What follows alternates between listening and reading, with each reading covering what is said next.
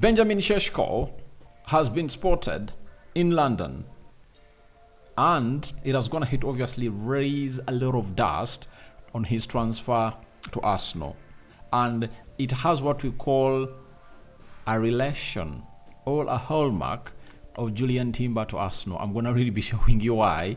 I'm telling you that it is really ringing bells or signals of how Julian Timber went ahead, obviously coming through and joining the club of Arsenal. Welcome to the Arsenal News Show. This is the Rokani Media Football, second video of the day coming in through, and we're here to talk about Benjamin Sesko. Hot deal. You've all along went ahead to know my stance. I've told you that this guy is really the next big star. You know, him and Rasmus Højlund are gonna be one of the best strikers in the world because they have attributes of the main center forward, and they are really tall, they are fast, their skill set is great, and they're really clinical. You know, their measured passes that are really great. Guys, I can't talk enough about these guys, and that's what makes them very special, and that's why we're here to talk about Benjamin Sesko. And I think that's why very many Arsenal fans are really interested in signing him. I don't really come in here to obviously downplay the efforts of Gyökeres or like Nwaneri Ishak or what, but Benjamin Sesko is the lad. I pray to it that he comes in at Arsenal, and you Arsenal fans will thank me later. You'll tell me that Rokani really have an eye of good players. And it's not only Benjamin Sesko that was in London, but even Ronaldinho was there, and he made another Arsenal star. And I'm going to let you know why it's very important for Ronaldinho to meet this young star that might break through into the Arsenal team next season. I'm talking about the first team, like to get onto the match squad and obviously compete with the likes of Martin Odegaard and so on and so forth. And Lucas Podolski has gone ahead and really spoken something that you guys need to know about your former Arsenal player who used to don shirt number 9 and used to play with Mikel Arteta.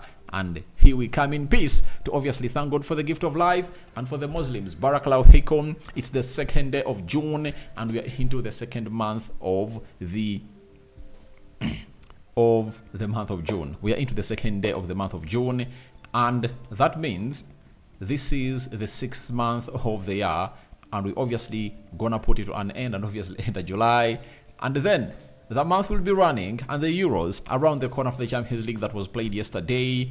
Now we are heading into the Euros after the Euros, pre-season after the pre-season, Community Shield, Manchester City versus Manchester United. The Premier League will kickstart immediately after the Community Shield that will be played at Wembley on a date yet to be announced in here. So how many likes on this video? Let's see, close to 400 likes matching this video, and also continue to subscribe because we're gonna hit 21,000 subscribers 300, and we are left with like 80 subscribers to hit 21,000 subscribers 400. So let's continue to obviously subscribe to this channel. Now let's talk Benjamin Sesko. Yesterday was the finale at the Wembley Stadium, and guess who was there in London to watch this game of football? And that was Benjamin Sesko and his agent. They were seated together in their executive suite, and they were like, let's get this going, let's get it along, and it obviously went on along as planned. That is Benjamin Sesko for you and his agent in London. Now this obviously had to raise a lot of dust, and see to it that most of you guys really get into the mix to obviously get excited. One, Benjamin Sesko being in London means a lot to the side of Arsenal. Why? He's in London, and Arsenal are really trying to obviously sign him. Looks like Arsenal have gone ahead to make him their priority signing. I tell you, if Arsenal was on Gyökeres, you would have gone ahead to hear a lot of Gyökeres. But after the end of the season in Portugal and in the Premier League, you haven't gone ahead to hear a lot about Gyökeres. The strikers that are into the mix are 3. Benjamin Sesko, Alexander Ishak, and Zikezi. And out of the 3, who has gone ahead to headline the media outlets, it's none other than this guy known as Benjamin Sesko, because he's really one of a kind. And his agent went ahead to obviously take that photo and post it on various social media platforms that he holds, especially Instagram, and that's where I've gone ahead to get it and really throw it up to you in here onto the Rokani Media Football. So him coming to London raises hopes of Arsenal fans that they are really close to obviously get this deal done. And his agent would like to obviously see this deal really get done before the Euros commence and the future to be really settled, because he's having pressure from from RB Leipzig. They want to tie this player onto a very huge contract, and we know that towards the end of June, the buyout clause would have gone ahead to come to an end, and if any club has to do anything possible, they should obviously come in through for Benjamin Sesko as soon as possible. So we all know that Arsenal is based in London, and if Arsenal is based in London, you really have to really understand that it is really the team that has gone ahead obviously keep chasing for him. Chelsea is also chasing for him, and Manchester United. So we're here to wait and see how that pans out, but it's always nice to obviously get to see to it that he's in London. And I tell you, Arsenal being the team at the forefront of this deal, you obviously give them what we call a benefit of doubt, that they can obviously put this to what we call an end. I tell you what, we expect them to obviously put this transfer to an end. And next week, I expect huge movement on the side of Arsenal, huge movement on the side of Manchester United, huge movement on the side of Chelsea, those three teams that are willing to obviously sign him. And even a huge movement from RB Leipzig, a team that is trying to obviously keep him around and see to it that he really signs a contract and puts pen to paper. So we wait and see how that pans out. But it's really very good to note that it's really one of those moments that you obviously want to obviously see you get the best of the best and really take everything to where it deserves to be. So, the agent is in London for the third time this season. The first time he was in London, you all know it, Arsenal was playing Chelsea. Then, when Arsenal was playing Man United at Old Trafford, the agent was there, and he has been at stadiums where these three teams are really linked to this player. Man United is linked to Benjamin Sesko, Arsenal is, and Chelsea is. And yesterday, he was in London, and we don't know exactly who he met, before or after that. They might have met with officials of Chelsea or Arsenal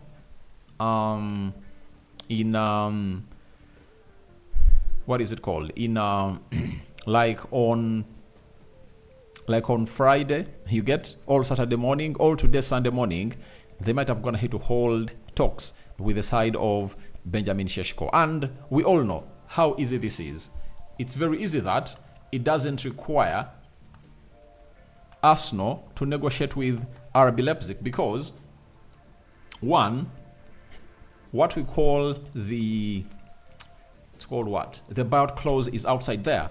65 million euros, close to 50 to 55 to 60 to 50, close to 55 to 56 million pounds.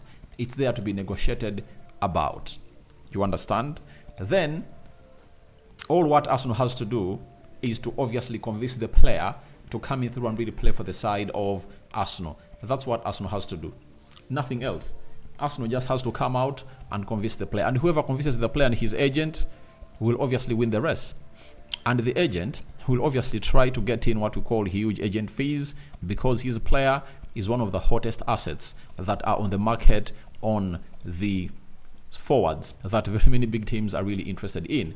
When you see Manchester United, Chelsea, and Arsenal in for a player, you will obviously understand that money is going to really mean a lot in this deal. Gone are those days when Arsenal couldn't come in through to compete in this. Arsenal is going to have to show us that last season they went ahead to elevate their level at which they are competing at, and they put themselves at a level of putting in a very huge shift when it came to obviously out competing Man City. From a 95 million pound bid they had gone ahead to make to sign Declan Rice, and Arsenal went ahead to obviously add 10 more to take it to 105, and they won the race. Are they going to do the same this time round?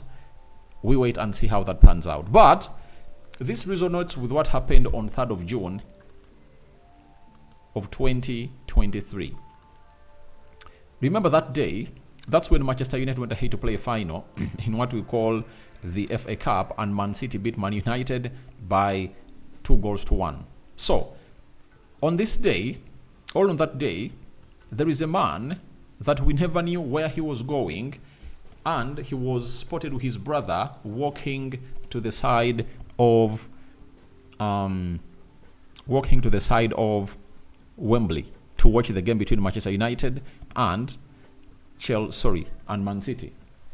Some people thought it was just a moment of him going to watch that game, meet up with Erik ten Hag, and obviously find the best way possible to see to it that all goes the way of Manchester United. Maybe Man United had gone ahead to make a decision to obviously go back for Julian Timber. Remember, United had gone ahead to go in for Julian Timber, and all never went well, and they had to postpone their pursuit of Julian Timber. You remember? So after that, Manchester United never really went in for him. And we saw to it that this guy went ahead and really signed for Arsenal, meaning that the main reason that had gone ahead to bring him in London was to obviously hold talks with Arsenal and get the deal done and dusted.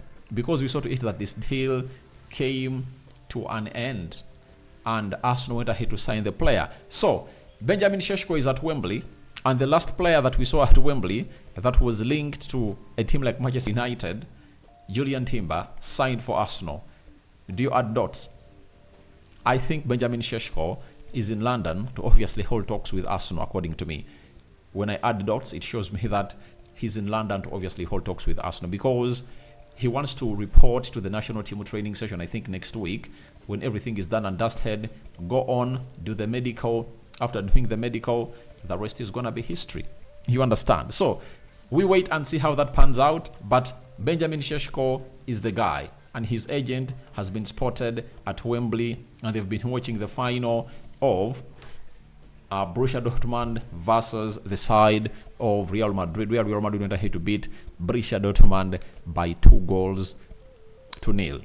So we wait and see what the results are going to come in through. But I tell you what, you can add those dots and really find out what is really going to happening, what's going to be happening on that side. But I believe Arsenal are leading this race. However much I would love to see Benjamin Sesko at Manchester United, but Arsenal are really leading this race. Then let's go to another set of players that we are spotted at Wembley. Guess what? Ethan Nwaneri with Ronaldinho, among others, at the Champions League final at Wembley tonight. So, yesterday night, this is Ronaldinho, and this is Ethan Nwaneri, and this is Daniel Sturridge. You understand? So, Ronaldinho is a player that maybe Nwaneri looks up to. And if at all you are Nwaneri, you would love to obviously sit with this guy and ask him what exactly got him to the level of not really competing or really hit his ceiling. Most of us thought that Ronaldinho had gone ahead to hit his ceiling, but when you know the lifestyle that he was living, you obviously got to know that there are certain levels that Ronaldinho never went ahead to hit, because he couldn't train. You remember? He couldn't obviously find himself in a position of really lasting for a very, very long period of time. So that obviously puts us to a situation of asking ourselves, did he really leave early enough, or he left with a lot still into his bag? I believe by the time he left, he had only offered us half of his career. And all what we wanted was to see to it that a lot really goes our way. And in what way? We obviously wanted to see to it that we really give ourselves the best and the best of luck for the side of Ronaldinho supporters. But when you look at Nwaneri going out to obviously do the needful and really have this guy with them, it's really very important to note that he's really one of the kind that you'll always love to see with Nwaneri, because Nwaneri is a youngster and Ronaldinho can give him what we call career guidance and really tell him that if you want to go far, don't booze. Booze responsibly, and in a week, choose one day, booze, have enough rest, focus on what your manager tells you. Don't feel like you've gone ahead to really reach the apex of the world and keep it where it's supposed to be. That is, I think, what this guy is obviously telling him to do. So I think it's good. It's a good meetup between Nwaneri and Ronaldinho at the side of Wembley, and I think they're going to have a very good chat with Ronaldinho, because he's really that player that gave us a lot. He almost won everything, but we thought that he would have gone ahead to extend his career for more 5 years, and we thought that he left it so early. That is it. So let's obviously go to the last story that I'm supposed to obviously be throwing it to you in here onto the Rokani Media Football. Lucas Podolski, former Arsenal player, played with Mikel Arteta in the same team. Arteta was donning shirt number 8. Lucas Podolski was really donning the number after 8, that his 9, has come out and said, I watch Arsenal fans. I like the mentality of Mikel Arteta. They've made a huge step forward, but at the moment, they are playing with Kai Havertz up front.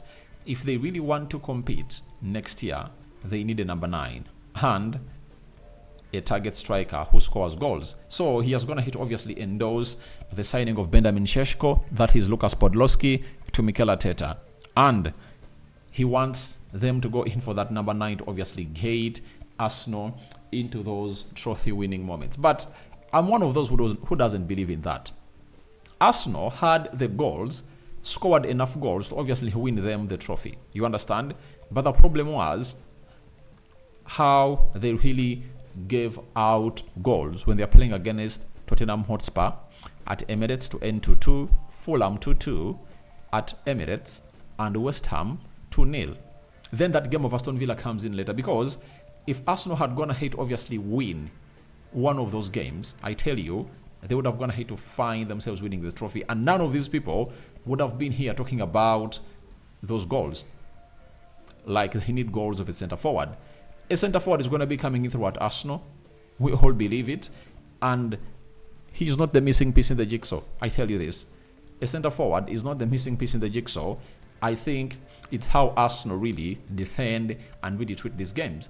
Go ahead and really look at how Man City behaves when they're playing at home. Man City, you know, they don't lose. Did they lose any game at home? They didn't. They drew, I think, like twice at home, and they went ahead to obviously win all of the games. But Arsenal registered 2 losses. One loss against Aston Villa and 1 loss against West Ham. That is unacceptable. It's unacceptable. You understand? So, Lucas Podolski, I like your words, but even if Arsenal gets in a number 9 and they don't really defend very well as planned, they won't really win the trophy. I've always told you that clean sheets win trophies. You understand? And goals win matches. That's the same statement that Sir Alex Ferguson used to make, that if at all you want to win a trophy, you need to keep clean sheets. Because for the side of Arsenal, you'll obviously have to understand that there will come that time when Arsenal will score a goal. But will it make sense, all with that goal, hold water, if at all Arsenal don't really keep a clean sheet? So, those goals will only make sense when Arsenal keep clean sheets. And even if they get in a number 9 and they concede, they won't really find themselves really winning into there for you. So, thank you very much for watching through. Rokani David remains my name. I call upon for your reactions into the comment section below about Benjamin Sesko spotted in London, Nwaneri chills with Ronaldinho, and Podolski backs the signing of Benjamin Sesko into the mix. May the living to God bless you abundantly. Rokani David remains my name. We sign out for now. See you later, and congratulations to everyone for obviously helping us hit 21,300 subscribers, and we're left with like 80 to hit 400. Can we really smash that like button like never before, and continue to smash that black button that has what the subscribe and hit the notification bell that will enable you get notified every time of a video onto this channel. We thank God for the gift of life. The Muslims, Barakallahu Fikum, and may the living to God bless you abundantly. Second video of the day. I'm returning with a story of the man of the moment, Kylian Mbappe. Here we go, sounded by Fabrizio Romano. Then Tosin to Chelsea, another here we go, sounded by Fabrizio Romano yesterday. We are having close to 3 here we goes that we're going to be doing in a single video. Hope you guys enjoy it, and we sign out for now. See you when you see us later. Real Madrid have gone ahead to get their final man. You are also going to be let known on when Real Madrid are really expecting to announce Kylian Mbappe, and he will be coming in peace to obviously bringing you the best of luck and best of information that Rokani Media Football always brings you. Guys, bye-bye. See you later. I'm out.